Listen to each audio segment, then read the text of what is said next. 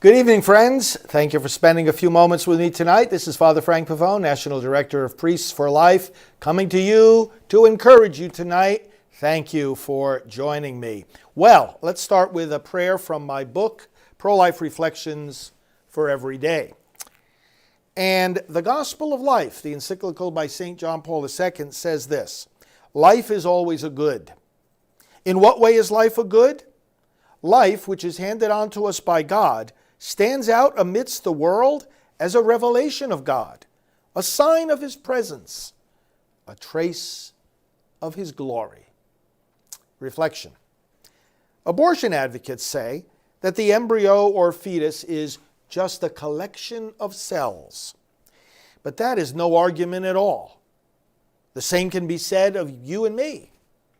If someone does not see the dignity of the human person, their view of people is just reduced to cells.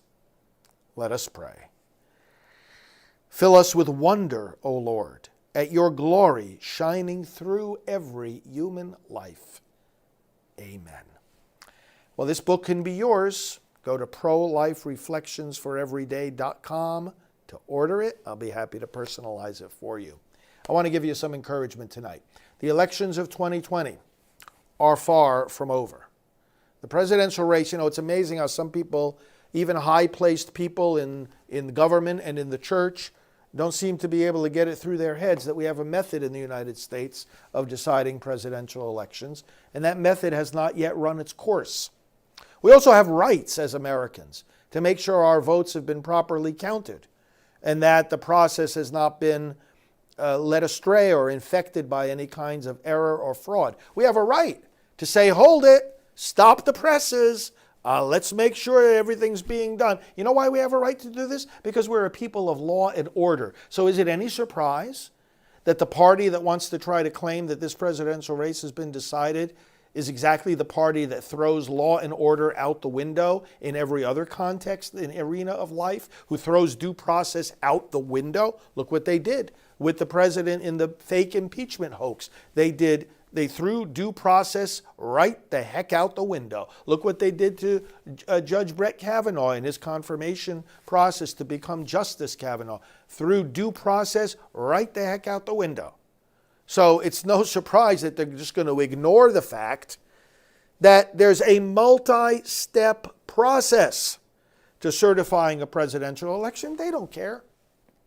And neither do their allies in the mainstream media. They couldn't care less. Just throw it out the window. Nothing to see here, folks.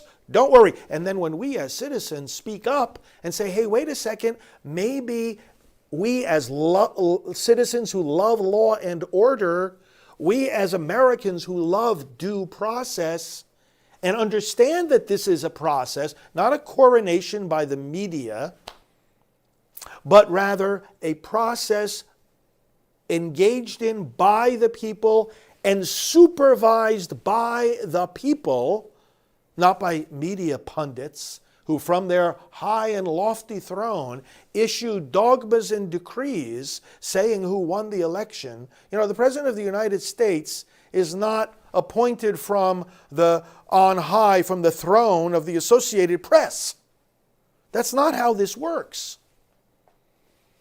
And the American people are getting a lesson in that if they didn't know it already. But you know what? There's a lot of people that don't know. I was thinking today, you see these man on the street interviews and, people can't name the three branches of government, right? They can't tell you who their congressman is. They don't even know the name of the vice president of the United States.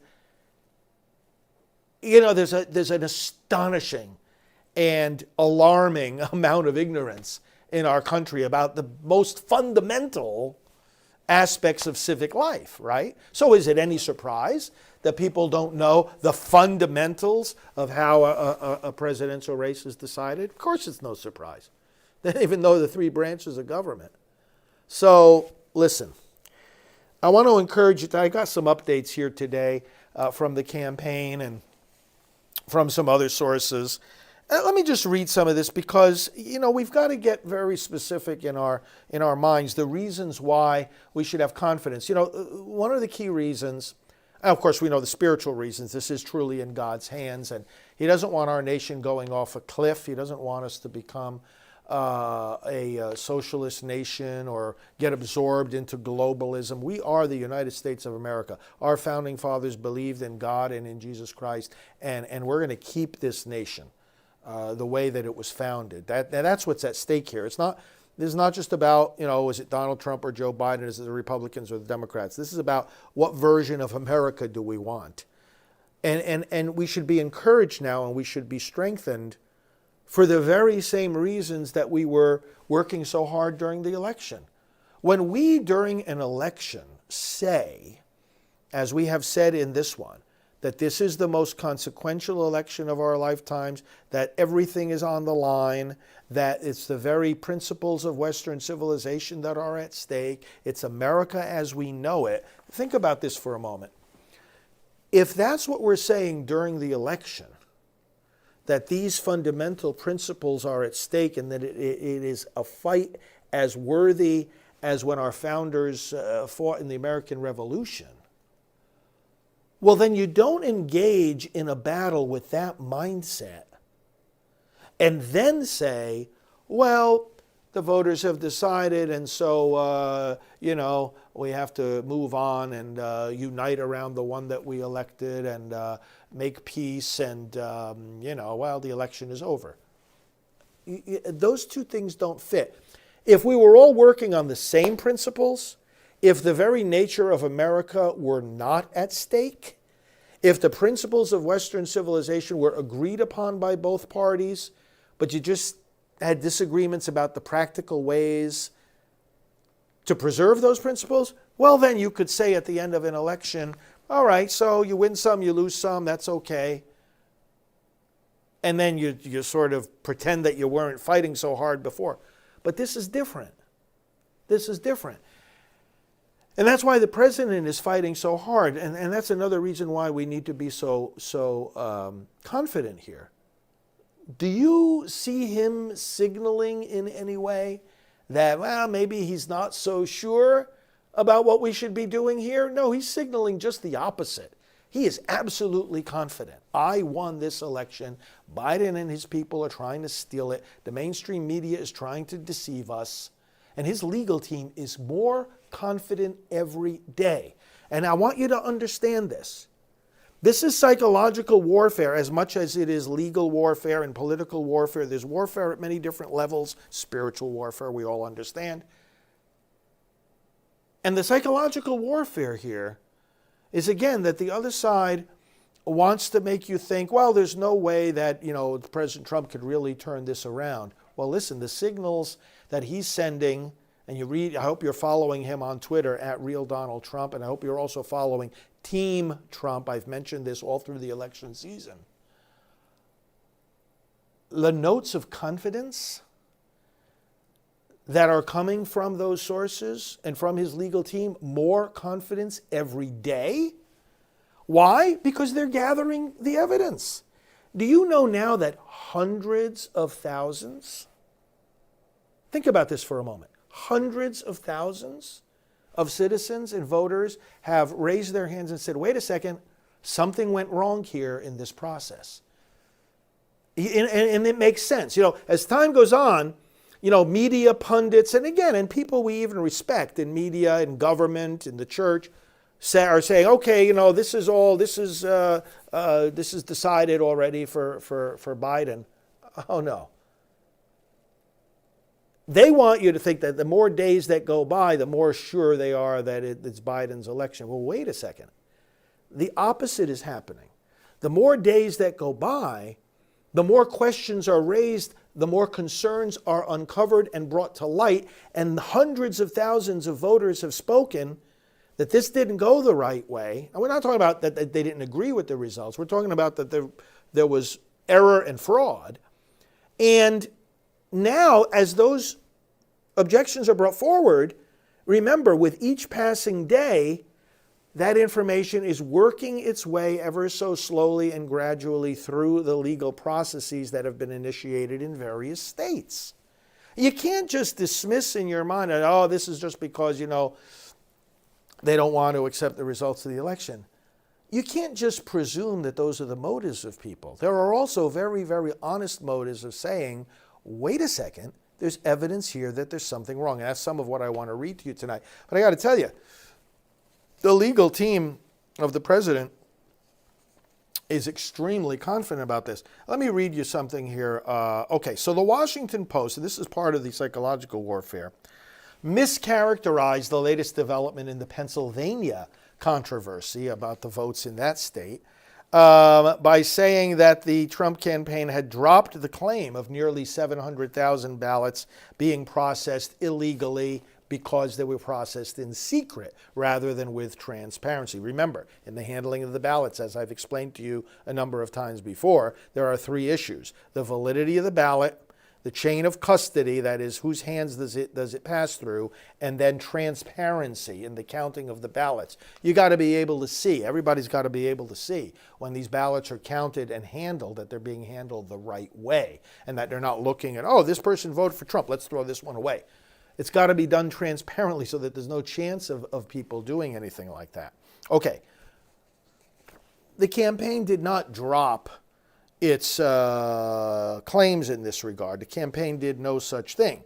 But rather, on Friday, there was an unrelated case ruled on by the Third Circuit Court of Appeals that used equal protection arguments related to the 14th Amendment, that then the campaign modified its arguments to fit more precisely the thinking of the court. This is a standard practice in these lawsuits where you can submit an amended argument.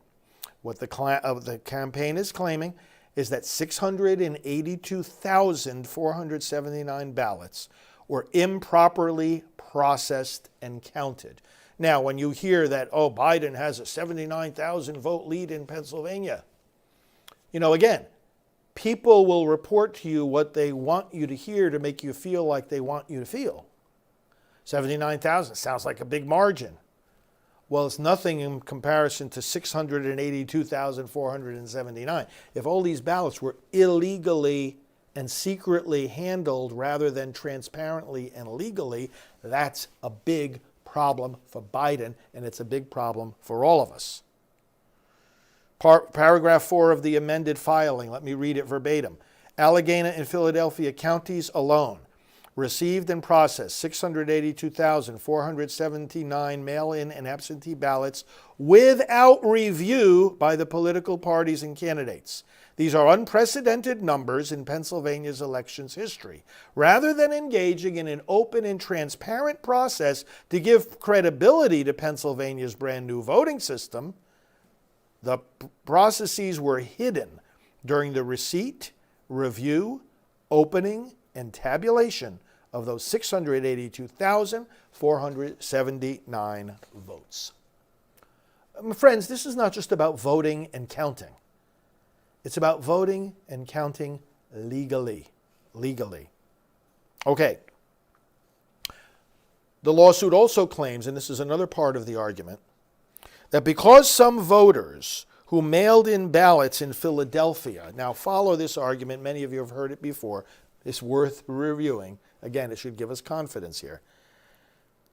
Some voters who mailed in ballots in Philadelphia were alerted by election workers, that their ballots may have contained mistakes or defects that would cause them to be rejected. And you might say, oh, well, isn't that nice? That's nice of the election workers to do that.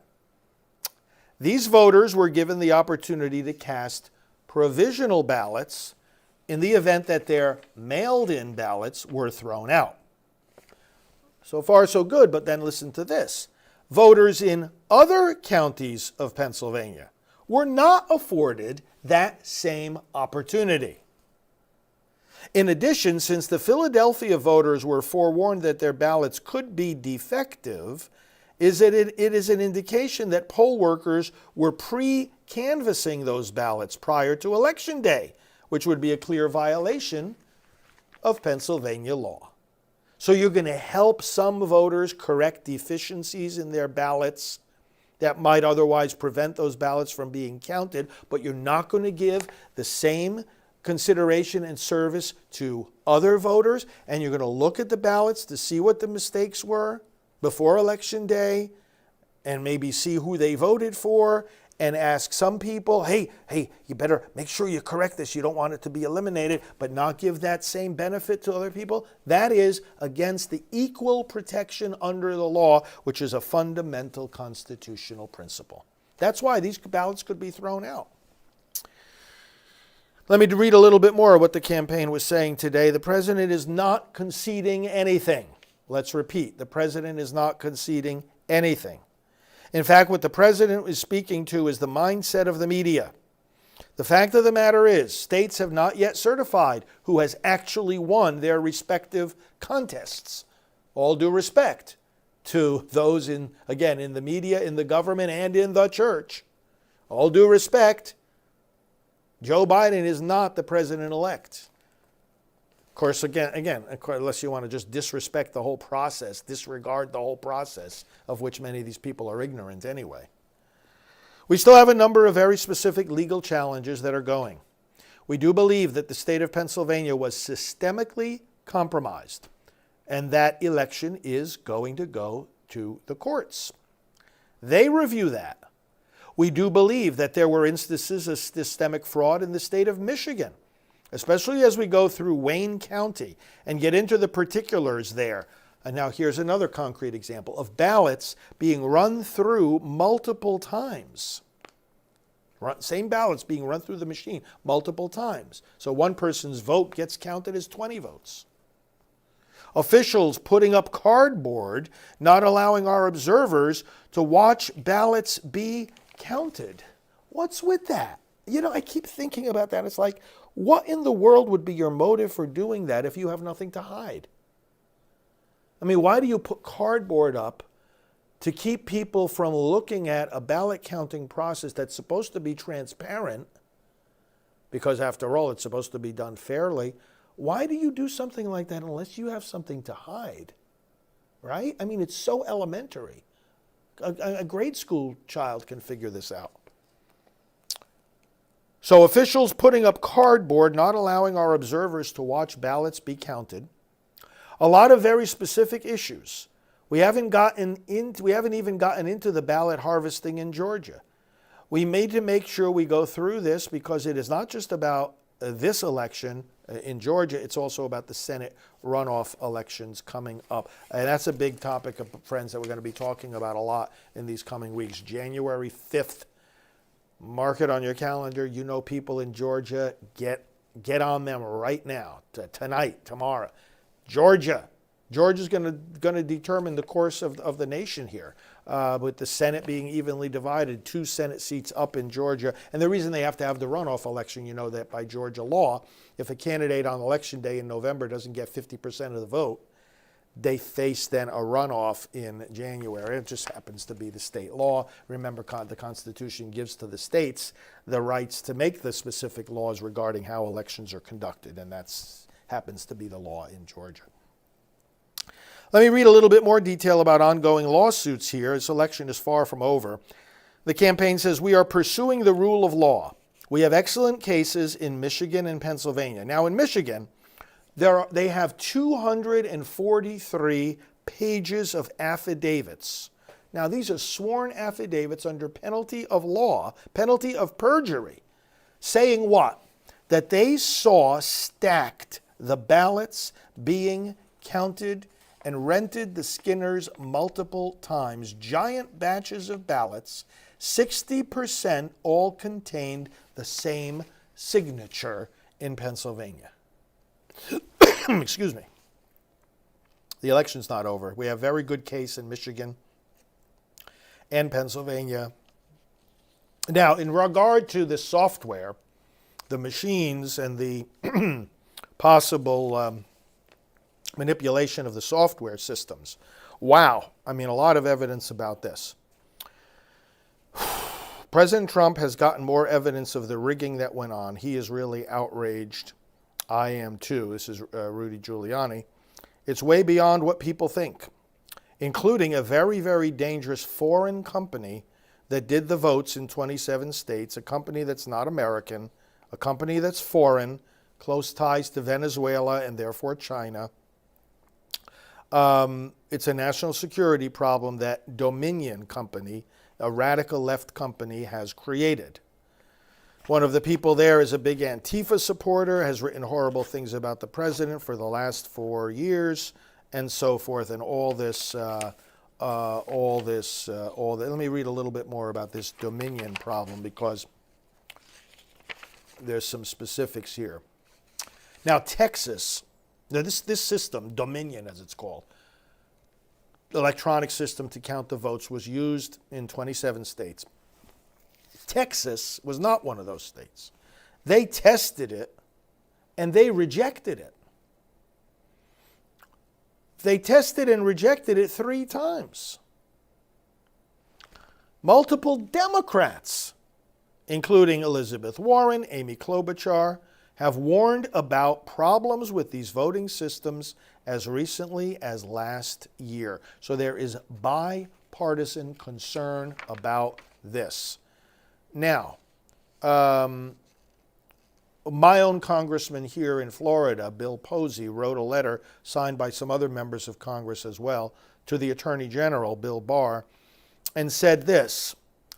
For example, a clerk in Antrim County, Michigan, initially reported that the Democratic presidential nominee was beating President Trump by approximately 3,000 votes. Okay. However, after manually entering the results, okay, so 3,000 votes, the software program says Biden's ahead. However, after manually entering the results from printed tabulated tapes, so look at the same information but count it manually, don't rely on the software, the results flipped and had President Trump ahead by about 2,500. The county uses Dominion voting systems equipment. This same equipment is used by most of the other Michigan counties, including Wayne County. It's also used by many counties located in 28 states, including the battlegrounds of Arizona, Georgia, Michigan, Nevada, Pennsylvania, and Wisconsin. Listen, I don't know what's going on with these machines, but if there's evidence, see, here in the United States of America, we believe in the rule of law, and if there's evidence, you don't just dismiss it. See, this is what the other side likes to do. Oh, just dismiss it. Oh, you people are just, you're just imagining things, sore losers, Yeah, well, you know what? We're Americans. And we're concerned about the fairness and accuracy of every election and every vote, every person. So you don't have to draw any conclusions in advance. You don't have to have any preconceived notions at all. You just have to be scientifically minded. Look at the evidence. If there's evidence, follow it up. As I mentioned earlier, every day that passes, the legal team has more confidence because more and more of these stories are coming forward. In fact, just before I came on this program with you here just now, I was talking to a friend who 15 years ago moved out of one of these key states. Now get this, I just was talking with this person on the phone. 15 years ago, moved out from one of the key states to another state where they live now. And found out in this election that they are still registered in the state where they lived 15 years ago. This person is registered independent. The state where they lived has them registered as a Democrat. And they were told, when they contacted the Board of Elections just to check in on this, that, oh yes, your ballot was mailed to you, and we received it back with your vote. This person didn't vote in that state in this election, haven't even lived there in 15 years. We got your ballot back with your vote, and you're a registered Democrat. This is the kind of stuff, again, that hundreds of thousands of citizens are saying is going on now. Okay. A few other points, friends, a few other points. And this is from my friend Gary Bauer, who sends out a great daily email. Check out American Values, Gary Bauer. He himself ran for president. He knows what this stuff is all about. He said, there's a lot of things about this election that don't make sense. Let me read a few of them. Donald Trump received millions of additional votes compared to 2016. He did. As a result, Republicans exceeded expectations in House races. All right, they didn't lose; they gained seats in the House. That was not expected. The Republican ticket outperformed. Now, if a person is voting for these Republican members of the House, very likely they're going to vote for President Trump, right? So Republicans exceeded expectations in the House races and at the state level. They gained trifectas. In other words, where at the state level they control both chambers of the legislature as well as the governor's office. They gained, not lost. Democrats tried to make them lose some of their trifectas, but they gained them instead. They were not wiped out in the Senate contest, despite hundreds of millions of dollars that the Democrats spent to take out some key senators like Lindsey Graham and Mitch McConnell and various other senators. Strong Republican firewall against that. Strong Republican defense of these senators and re-electing these senators, left and right. You don't think these are going to be Trump voters too? So Republicans come out, and the president himself has millions and millions more voters than last time. And so they make progress in the House and in the Senate and at the state level. And in spite of this surprising success at every level, we're supposed to believe that President Trump really lost? 19 bellwether counties, now listen to this fact, have historically voted for the winner of every presidential election for the last 40 years in these 19 bellwether counties. Their success at accurately reflecting the rest of the country is why they are called bellwethers. This year, President Trump carried 18 of the 19 bellwether counties. 18 of the 19! And yet he supposedly lost the election? How do you explain this? Third point, an unprecedented number of Americans, and we were talking to you about this in the days prior to Election Day, as you'll recall, an unprecedented number of Americans say that they were better off under President Trump than they were 4 years ago under Obama-Biden. And yet we're supposed to believe that they voted against President Trump? 56%, a number never reached before in a re-election campaign, said 56%, we're better off today than we were under the last administration. How are we supposed to make sense out of that? And finally, according to exit polling, the economy was the most important issue to voters. Okay, no surprise there. And President Trump has a positive approval rating on the economy. So we're supposed to believe that he is the first president to lose re-election while carrying a positive approval rate on the economy, the number one issue in the minds of the voters?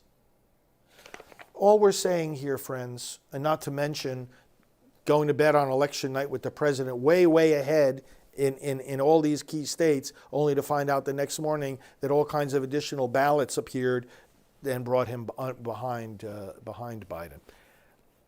All we're saying here is any rational thinking, fair-minded person cannot ignore these questions. Investigate them and come up with a reasonable explanation. We're all ears. But just dismiss the questions? Doesn't work that way.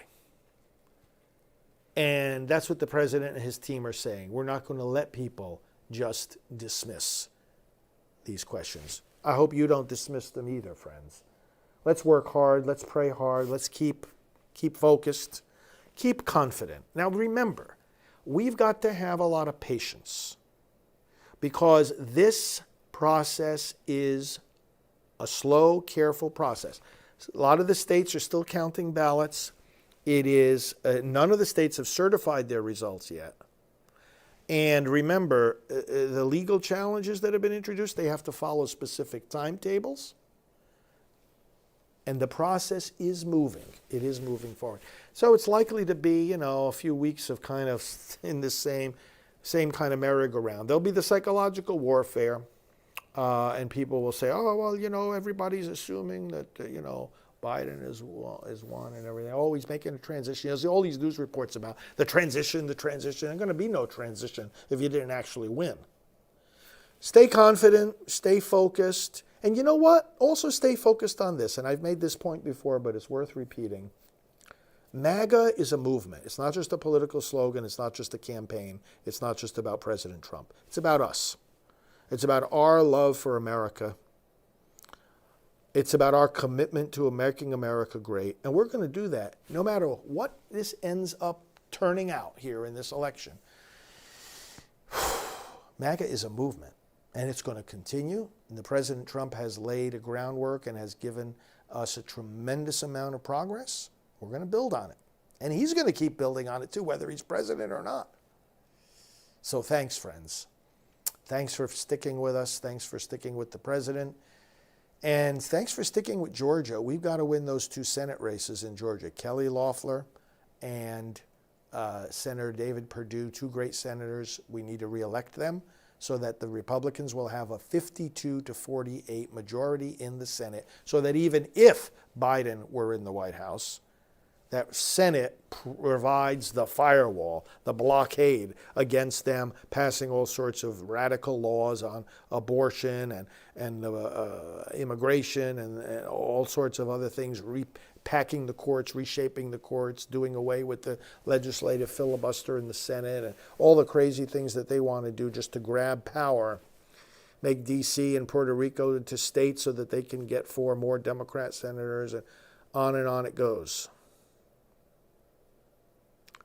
Contact everyone you know in Georgia. We'll be talking more about that. Okay, let me give you a blessing. We'll say good night and get a good night's sleep. May the Lord bless you, strengthen you, answer all your prayers, protect you, make you strong advocates for life and for America.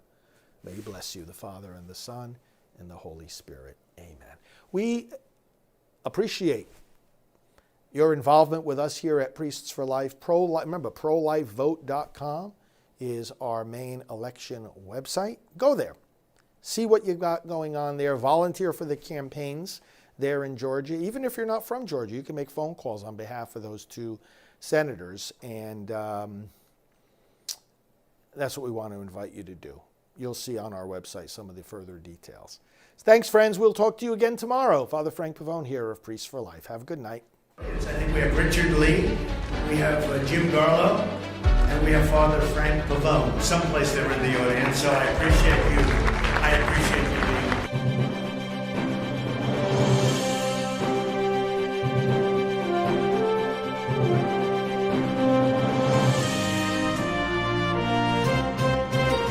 Follow him, Father Frank Pavone, Fr. Frank Pavone, on Twitter. He is the National Director of Priests for Life. Please go to priestsforlife.org.